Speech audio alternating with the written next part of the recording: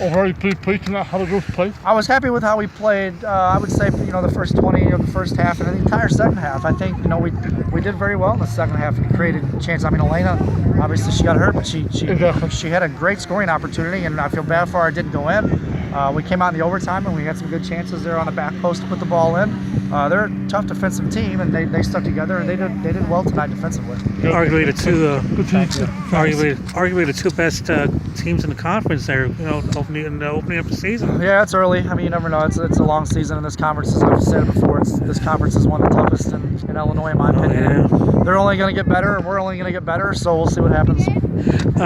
Both teams had great chances all night, and it just, except for a couple times, just didn't go in. Yeah, and then that's soccer. Sometimes the ball doesn't go in, and credit to the back four for both teams. They all did a good job and stood their ground, and we're only going to get better as the season goes on. So I'm happy with the way we played tonight, and we'll take the tie and move on and go practice and see what next week brings. Did the delay affect you in any? The delay there in the second part of extra time affect you in any way? Well, unfortunately, that's not the first time we've been there.